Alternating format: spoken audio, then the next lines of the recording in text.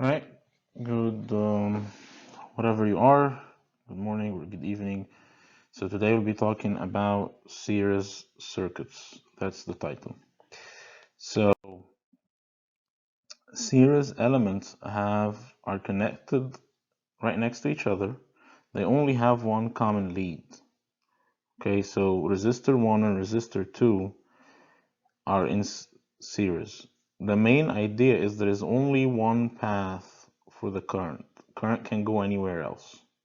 So all of these are in series and all of these are in series. Current can go anywhere else. He gets to go through 1, then 2. 1, then 2, then 3, then 4. There's nowhere else for the current to go. As it says, they only have one lead in common, and the common lead is not connected to anything.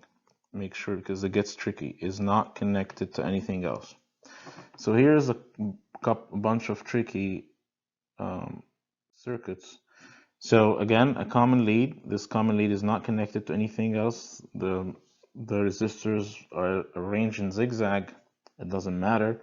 Again, here, one common lead, and then all of these resistors are basically in series. It doesn't matter. They're still in series.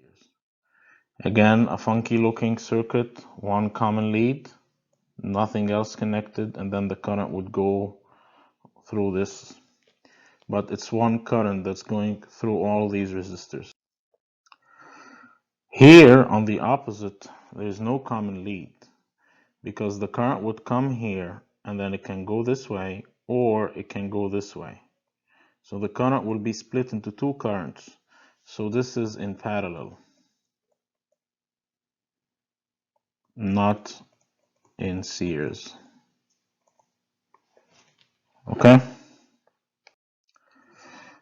All right, so a series circuit has only one path for the current. So the current is flowing only in one path. So we got only one current. So here is the power source, the battery, and then there's only one current that goes through R1, and then the same current goes through R2, and then the same exact current goes through R3. So here it says I1 is equal to I2 is equal to I3 is equal to I4 is equal to I total, only one current. Okay, here is the analogy with a pump. So here you have the battery, you have here 2 amps leaving the battery. So this ammeter will show 2 amps, and then it goes through this resistor, and then after this resistor you're going to see also 2 amps, the same 2 amps, and then it goes through the second resistor, and if I put an ammeter here, it's going to still read 2 amps. Okay, so here we're going to talk about something called the equivalent circuit, where we want to just simplify. Here I have a bunch of resistors, R1, R2, R3, R4, or Rn, whatever we want. It could be infinite. And then the total resistance of all of these is basically a simple addition. You add R1, R2, R3 till Rn. Pretty easy, straightforward. So the total resistance is simply adding these. So as we explained, R total is the addition of these 3 resistors. So just for argument's sake, if I had 1 ohm resistor here, 2 ohm resistor here, and 3 ohm resistor here, I can just remove all of this and put one resistor which is 6 ohms. That would be the R total. Okay, now it says calculate R total to find the equivalent circuit, and then calculate I total for the equivalent circuit. So this one looks complicated. I want to simplify it, make it a very simple circuit that looks like this. Was an R total here, and then an I total going here. So to calculate R total, we add R1 plus R2 plus R3, which is going to be 1 plus 2 plus 3, which is going to be 6 ohms. And then if we recall Ohm's law, V equal IR. Still apply, I can say V total is equal I total multiplied by R total. So if I want to calculate I total, I can rearrange this, and is I total is going to be V total over R total. So V total is this, 6 volts, and then R total, we just calculated it, it's 6 ohms. And then basically 6 divided by 6, I got 1 amp going here. Okay, so this current I is equal to 1 amp.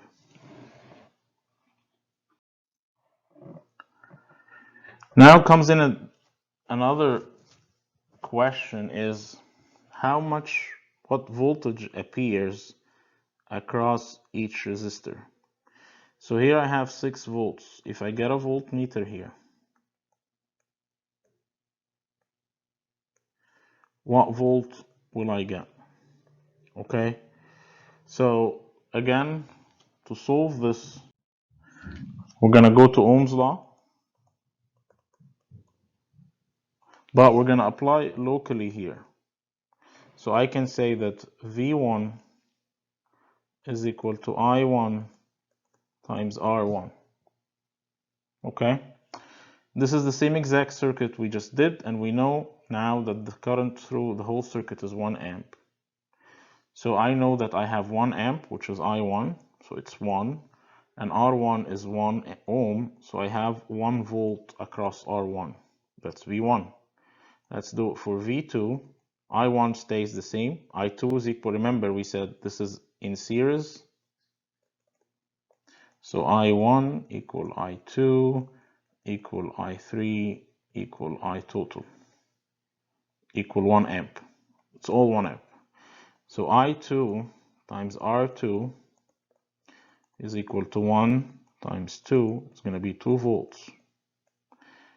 For V3, it's going to be I3 times R3, which is going to be 1 times 3, which is equal to 3 volts. So if I get a voltmeter here, this voltmeter will read 2 volts. And in here, it's going to be reading 3 volts. And in here, it's going to be reading 1 volt. Very important is, this is called conservation of energy, because energy can't go anywhere. You got energy in the system, it has to stay. You can't be producing, like consuming energy more than you have. So if you have 6 volts in here, the total of the voltage drop in here has to be 6 volts. It can't be 5 or it can't be 7. It has to be exactly the same. And then if you add up 1 plus 2 plus 3, it's going to get you 6 volts. That's what we call conservation of energy. And this is what I just said is called Kirchhoff voltage law, which is based on the idea of conservation of energy. Energy can't be like made out of nowhere. It has to be there. So if you got 6 volts into the system, you have to consume 6 volts. So the V battery is which is V total is equal to V1 plus V2 plus V3 plus whatever Vn you have. That's in series circuit. In a parallel circuit is a whole different story. Okay, so a problem here. Here I got V total of 100 volts. Okay, and I got R1 30 ohms, R2 20 ohms, and then R3 is 50 ohms. I want to know what is the voltage drop here, here, and here. Actually, we want to calculate everything. We know that the current is going to be the same thing because this is in a series circuit. So let's calculate R total. So R total is simply adding these 30 plus 20 plus 50, which is going to be 100. So again, Ohm's law, which is going to be V total is equal to I total times R total. So if I want to calculate I total, it's going to be equal to V total divided by R total, Again, a simple case. V total is 100. R total is 100 ohms, so you got 1 amp.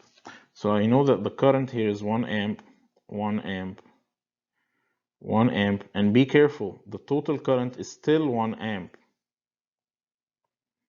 because we're in series. We do not add these currents. It's the same exact current that's flowing here, here, here, and here.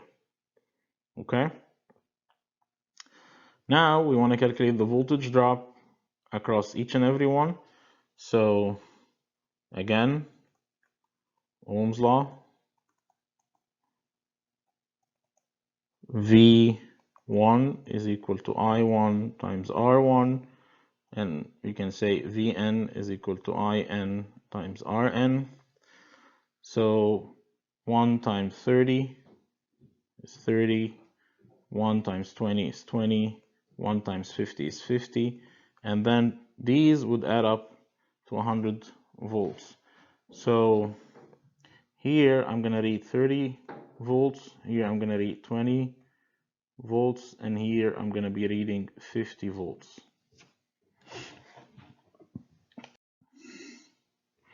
Okay, let's get a little bit tricky.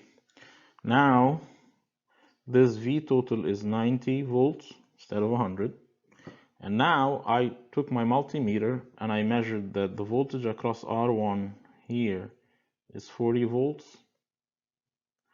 And the voltage across R2 here is 30 volts. Excuse me.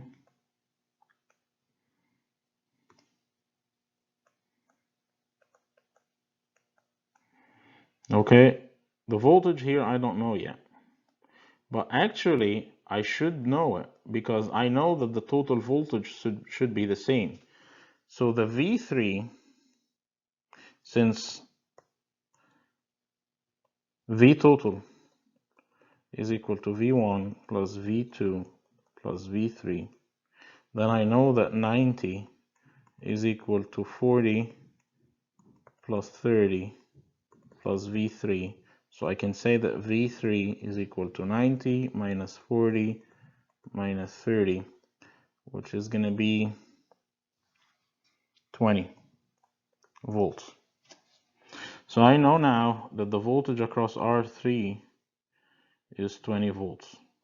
Okay, 20 plus 30 is 50, 50 plus 40 is 90. Okay, so then comes the question, what is the current? I know that I total is equal to I1 is equal to I2 is equal to I3. So all what I have to do is figure out only the current across one of these resistors. So here I have 20 volts and I have 1 kilo ohms. So I easily can calculate I. Again, Ohm's law. All right. So I know that V equal IR, which means I equal V over R. And then I know that this is 20. Okay, and then I know that this is 1 kilo ohm. For simplicity, I'll just get the answer. This is going to be 20 milliamps. Okay, so here I have 20 milliamps. Here I have 20 milliamps. And here I have 20 milliamps, and the total is 20 milliamps. Now I would need to calculate the resistance for this one and for this one. So Ohm's law again, but this time R equal V over I. Okay. So my voltage for R2 is 30. Okay, divided by 20 milliamps. I'll keep it just for the simplicity, so I'll get my answer over in kilo ohms. So 30 divided by 20, you'll get 1.5 kilo ohms. So this is 1.5 kilo ohms. And then I could do the same. R3 is equal to V over I. Then it's going to be 40 over 20. You're going to get 2 kilo ohms. So this is 2 kilo ohms. My total resistance then is going to be 2 plus 1.5 is 3.5 plus 1, then is going to be 4.5 kilo ohms. To verify your answer, we know that V total is equal to I total times R total.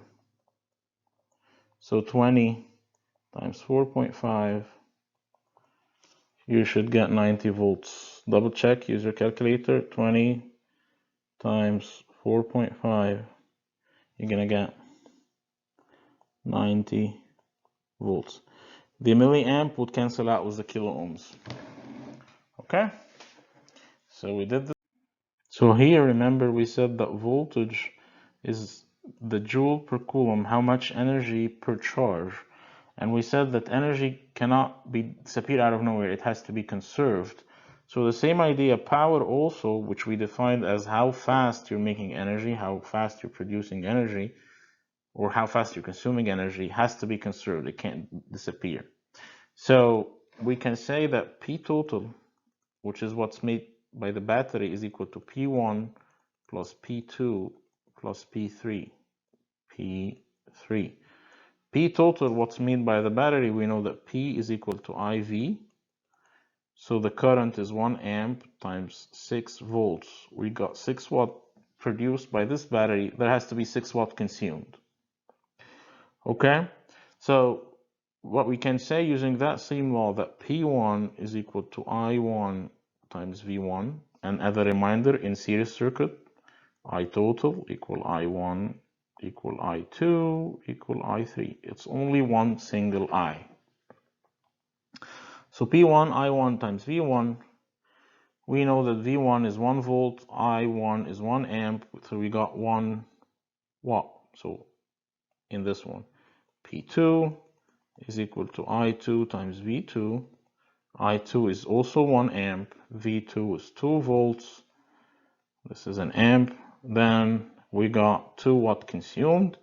And then P3 is equal to I3 V3, which is equal to 1 amp times 3 volts, is going to be 3 watts. To double check, if this is 1 watt, this is 2 watts, and this is 3 watts, the total is 6, which is equal to the 6 watts we just calculated. So this is equal to this plus this plus this. Okay?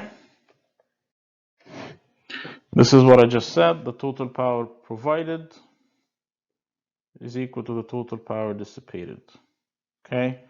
Energy is neither created nor destroyed. Okay? Or matter cannot be created, or the same law for energy and matter. Okay, so let's find all voltage, all current, and power values. So here we got 15 volts. Let's find R total to get started, which is going to be equal to R1 plus R2 plus R3, which is going to be equal to 3 plus 2 plus 5, which is going to be 10 kilo ohms. All right. Then I total, using Ohm's law, is equal to V total over R total. So V total is 15 divided by 10 kilo ohms. I'm going to get my answer in milliamps. So this is going to be 1.5 milliamp. Okay, so this is a series circuit. I can fill that column. I know that this is 1.5 milliamp. This is 1.5 milliamp. This is 1.5 milliamp. And the total is also 1.5 milliamp because this is a series circuit. All right, I know that the total voltage is 15 volts. And I know now that the total resistance is 10 kilo ohm. So let's fill up this column might as well. So this is 3 kilo ohm. This is 2 kilo ohm. And this is 5 kilo ohm. Then, to calculate power, I will multiply these two.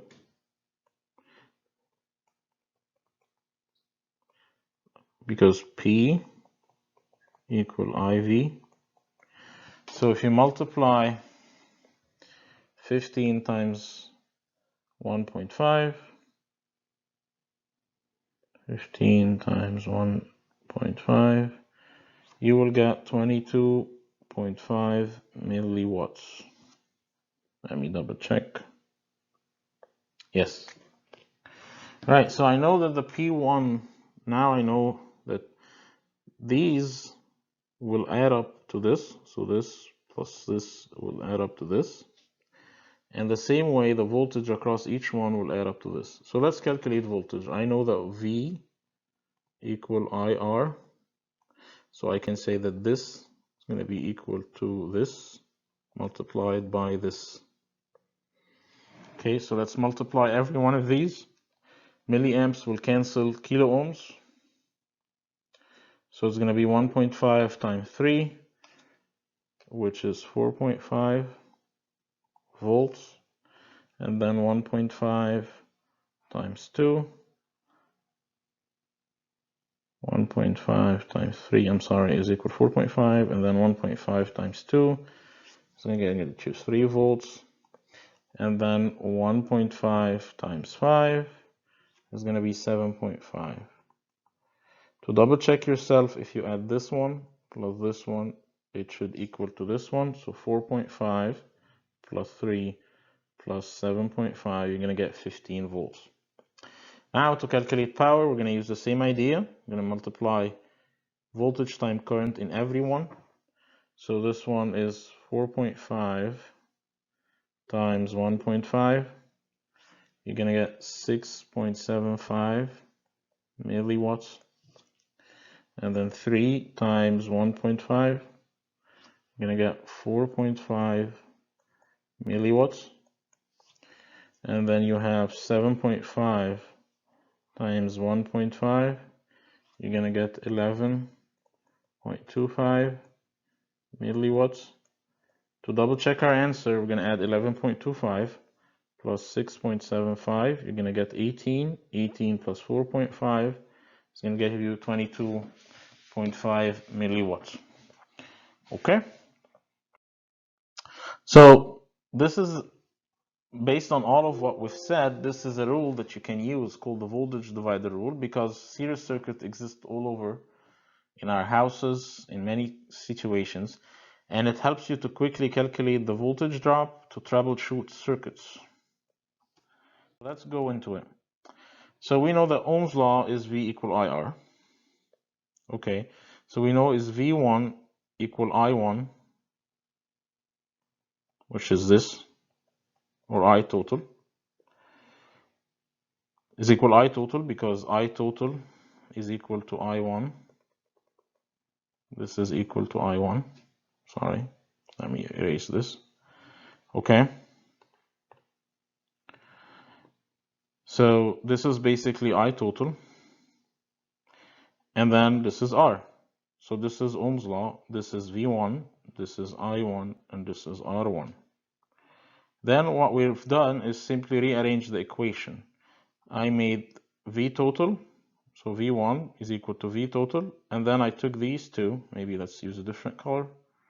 I took these two together and made that expression.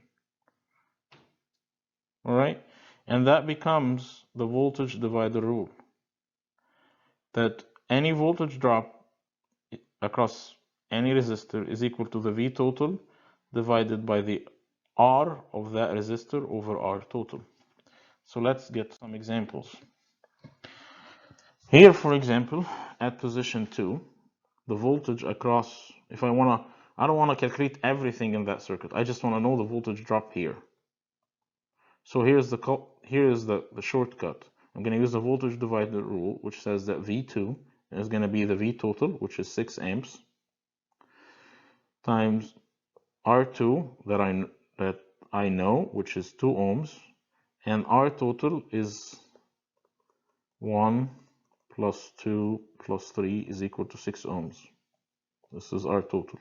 So it's going to be 6 times 2 divided by 6, and you're going to get 2 volts divide here. That's the voltage divider rule. It's a quick shortcut instead of calculating everything as I did. So let's now calculate V2, same way. So we know that V2 is equal to V total, multiplied by R2 divided by R total. So let's do R total real quick. It's going to be 3 plus 2 plus 5. You're going to get 10 kilo ohms. So now I know that V total is 15 times R2, which is 2 kilo ohms, divided by R total, which is 10 kilo ohms. Okay, if you grab your calculator and do this, it's going to be 15 times 2 divided by 10. You're going to get 3 volts. Okay? So here's an example if you have 3 light bulbs that are connected in series into a 9-volt source. So we can notice, if we measure, we find out that there is 0 volts in here, there is 0 volts in here, but then the whole 9 volts is being dropped onto this. So there's something wrong. We need to figure out what's going on. So whatever you have, a 0 voltage drop means that R is 0, because remember V is equal to IR. So if R is 0, V is going to be equal to 0. So this is an indication of a short circuit. Okay? That's it.